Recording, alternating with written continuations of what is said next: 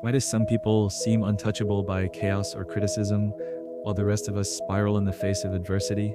You've seen them, those individuals who remain eerily calm during storms that would destroy most people. They don't flinch at rejection, don't chase after those who've wronged them, and somehow maintain this magnetic presence that both attracts and unsettles others. The answer isn't what you think, and it's definitely not what society wants you to believe. The truth is, these people aren't fearless. They're not born with some special gene that makes them immune to pain or disappointment. What they've discovered is something far more powerful and infinitely more disturbing to those who profit from your chaos. They've mastered the art of acceptance and surrender, but not in the way you've been told. Here's where everything you've been taught falls apart. We've been conditioned to believe that strength means fighting, that resilience means never giving up, and that winners are those who wrestle life into submission. But this is the biggest lie ever sold to humanity, and it's keeping you trapped in cycles of endless suffering. Modern psychology has finally caught up to what ancient warriors and Stoics knew thousands of years ago. The real power doesn't come from controlling everything around you. It comes from the radical acceptance that control itself is an illusion. When you stop fighting what you cannot change, something shocking happens. You don't become weaker, you become absolutely unstoppable. Think about it this way. How much energy do you waste every day trying to force outcomes, manipulate situations, or convince people to see things your way? How many sleepless nights have you spent replaying conversations, planning your next move, or desperately trying to fix something that was never yours to fix in the first place? That energy, that precious life force, is being drained from you every single day by this need to control. But here's what the self-help industry doesn't want you to know. Letting go isn't passive. It's not giving up or rolling over. True acceptance is one of the most active, powerful choices you can make. It's saying, I refuse to waste another second of my life fighting battles that only exist in my mind. It's reclaiming your power from every person, situation, and outcome that's been holding you hostage. Now we get to the part that's going to sting. Your suffering isn't being caused by what happened to you. It's being caused by your resistance to what happened to you. Every time you replay that betrayal, every time you rehearse that argument, every time you tell yourself the story of how things should have been different, you're not healing. You're keeping the wound fresh and bleeding. Neuroscience backs this up in ways that are absolutely mind-blowing.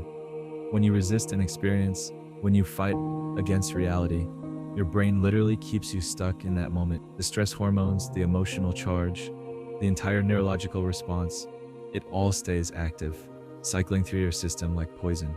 But the moment you truly accept what happened, something incredible occurs. Your brain can finally process it, file it away, and move on. This is why some people can go through absolute hell and come out stronger, while others get destroyed by relatively minor setbacks. It's not about the severity of what happened, it's about how much resistance they put up against their reality. The people who seem unbreakable have learned to stop fighting what's already done. But here's where it gets even more twisted. We're actually addicted to our stories of victimhood, our narratives of injustice, our tales of how we've been wronged. These stories become our identity, and letting them go feels like dying. We'd rather stay miserable and right than be happy and free. We'd rather nurse our wounds than heal them because, deep down, we're terrified of who we'd be without our pain. The most successful people, the ones who seem to have this otherworldly resilience, have broken free from this addiction. They've stopped making their peace conditional on getting apologies, explanations, or justice from people who will never give it to them. They've realized that holding on to resentment is like drinking poison and expecting the other person to get sick. But that wasn't the whole story. There's something else that sets these unbreakable people apart, and it's something that makes others deeply uncomfortable. They've learned the power of silence, and not just any silence. We're talking about the kind of silence that comes from complete inner knowing, the kind that doesn't need to explain, justify, or defend itself. This isn't the silence of defeat or withdrawal. This is the silence of someone who has nothing to prove because they know exactly who they are. And let me tell you something. This kind of silence is absolutely terrifying to people who rely on chaos, drama, and emotional reactions to maintain their power over others. This kind of silence is absolutely terrifying to people who rely on chaos, drama, and emotional reactions to maintain their power over others. When you stop engaging with their games, stop defending yourself against their accusations, stop trying to convince them of your worth, you become untouchable. And nothing makes manipulative people more uncomfortable than someone they can't manipulate. Think about the last time someone tried to bait you into an argument, and instead of taking the bait, you just said nothing. Remember that look of confusion, maybe even panic in their eyes? That's because silence robs them of the very thing they need to control you, your reaction. Without your emotional response, their weapons become useless. But here's the part that's gonna blow your mind. This silence isn't just powerful in dealing with toxic people, it's magnetic to everyone else. There's something deeply attractive about a person who doesn't need to fill every silence, who doesn't feel compelled to explain themselves, who can sit in their own presence without needing constant validation. Now we enter dangerous territory, because what we're about to discuss challenges everything society has programmed you to believe about success and happiness. In a world that's absolutely addicted to performance, validation, and constant stimulation, authenticity has become the ultimate rebellion. And let me tell you why that terrifies the system. Authentic people can't be bought. They can't be manipulated by fake urgency, empty promises, or manufactured crises. When you truly know yourself, when you've accepted both your darkness and your light, you become immune to the psychological tactics that keep most people trapped in cycles of consumption, comparison, and chaos. The dirty secret of self-love that nobody talks about, it's not about being endlessly positive or pretending everything is perfect. Real self-love is about refusing to re-enter toxic cycles just to feel alive. It's about recognizing that drama isn't passion, that chaos isn't excitement, and that peace isn't boring, it's powerful. But here's what's really shocking. Most people are terrified of peace. They're addicted to the adrenaline of crisis, the identity that comes from struggle, the validation that comes from being needed or wanted by dysfunctional people. When you step into authentic peace, you lose your tolerance for fake connections, surface-level conversations, and energy vampires disguised as friends or lovers. This is why so many people resist transformation, even when they're miserable. They're not just afraid of change, they're afraid of who they'll lose when they stop accepting less than they deserve. They're afraid of the silence that comes after the storm, not realizing that silence is where real life begins. This is where we need to address the elephant in the room, because there's a massive controversy surrounding emotional detachment. Critics call it coldness, avoidance, or even sociopathic behavior. Those people are missing the point entirely, and their misunderstanding reveals everything about their own emotional immaturity. True emotional detachment isn't about shutting down or becoming heartless. It's about recognizing that your inner peace is too valuable to hand over to people who won't respect it. It's about understanding that you can care about someone without being responsible for their emotions, reactions, or choices. Mature detachment means you love people enough to let them be who they are, without trying to fix, change, or save them. It means you can witness someone's pain without absorbing it as your own. It means you can set boundaries without guilt, walk away without explanation, and prioritize your own well-being without apology. But here's what makes people uncomfortable about detached individuals. They can't be guilted, shamed, or emotionally blackmailed into staying in situations that don't serve them. They don't take things personally because they understand that other people's behavior is about them, not about you. They don't need closure from people who are never capable of giving it. This kind of emotional intelligence is rare, and it threatens people who rely on emotional manipulation to get their needs met. When you become emotionally detached in the healthy sense, you stop being available for drama, stop being a dumping ground for other people's unprocessed emotions, and stop participating in toxic relationship dynamics. But that wasn't even the most disturbing part. What really separates these unbreakable people from everyone else is their relationship with unfinished business. While most people are haunted by conversations that never happened, apologies that never came, and explanations that were never given, these individuals have learned to find peace in the incomplete. Here's a psychological principle that's going to change everything for you. The Zeigarnik effect. Your brain is literally wired to obsess over unfinished tasks and unresolved situations. It's why you can't stop thinking about that person who ghosted you, that friend who betrayed you, or that opportunity you lost. Your mind keeps these files open, draining your mental energy and keeping you stuck in the past. But people who've mastered acceptance have learned to close these files themselves.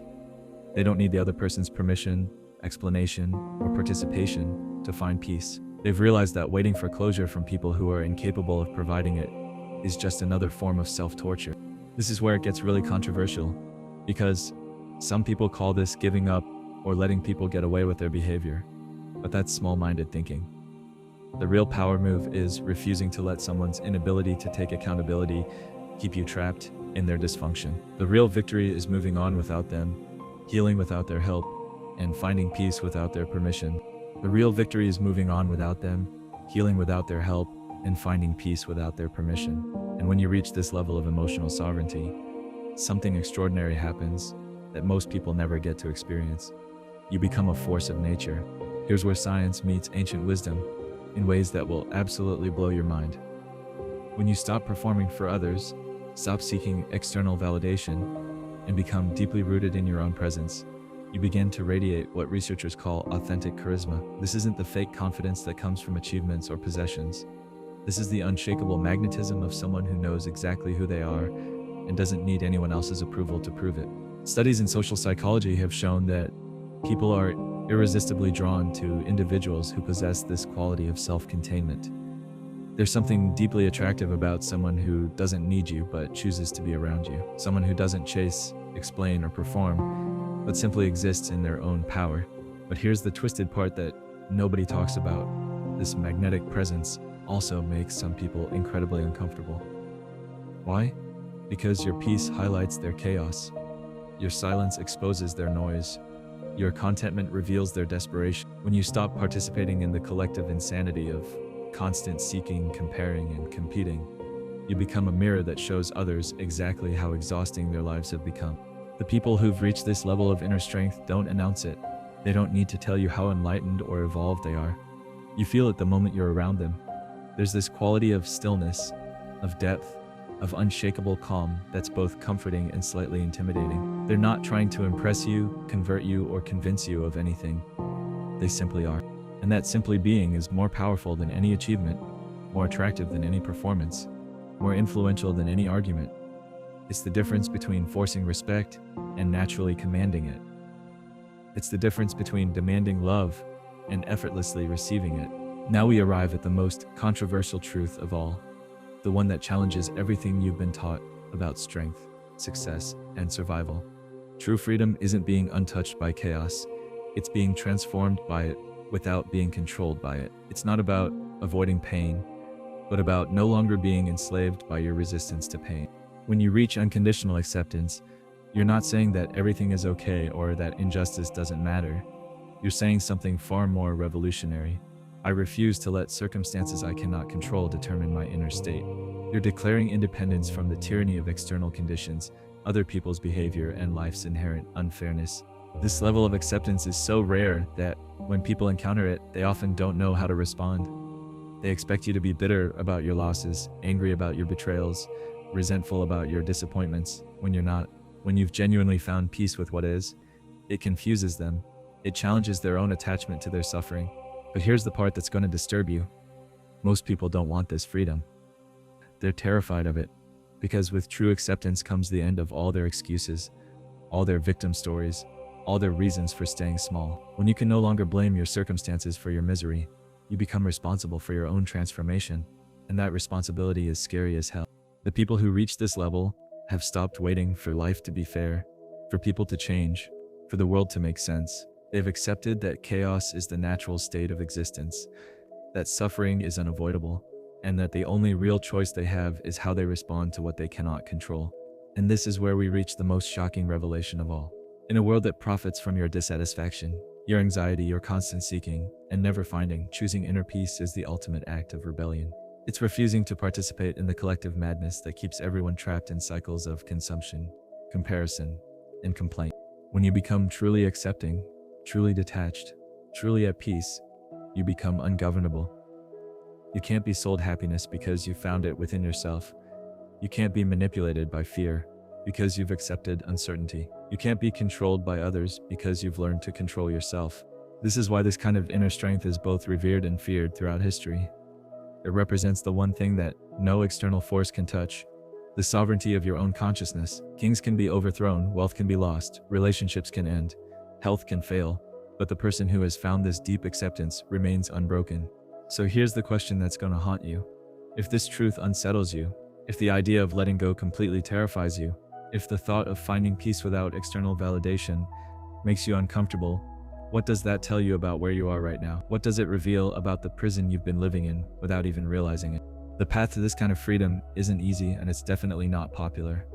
It requires you to give up the very things most people cling to for identity. Your drama, your struggles, your need to be right. But for those brave enough to walk this path, what awaits on the other side isn't just peace, it's power. It's presence. It's the kind of unshakable strength that can't be given to you by anyone else. And more importantly, can't be taken away by anyone else either.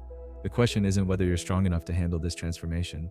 The question is whether you're courageous enough to let it happen.